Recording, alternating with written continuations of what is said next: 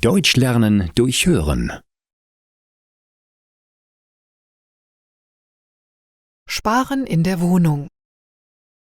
Im Mai bekomme ich immer die Abrechnung meiner sogenannten Mietnebenkosten. Das sind Kosten, die zusätzlich zur Miete anfallen.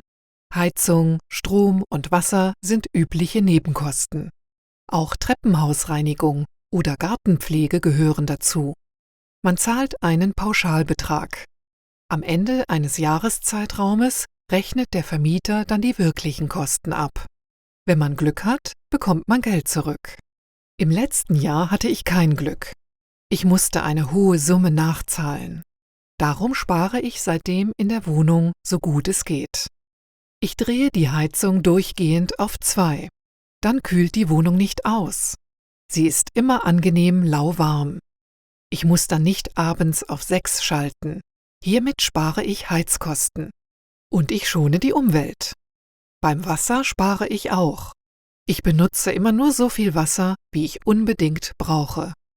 Den tropfenden Wasserhahn in der Küche hat mein Nachbar neulich repariert. Den Strom für das Licht im Treppenhaus und im Keller müssen wir Mieter anteilig bezahlen.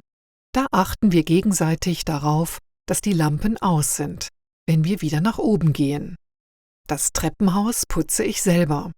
Da spare ich Kosten für Reinigungspersonal. Und den Rasen im Garten mäht mein Freund.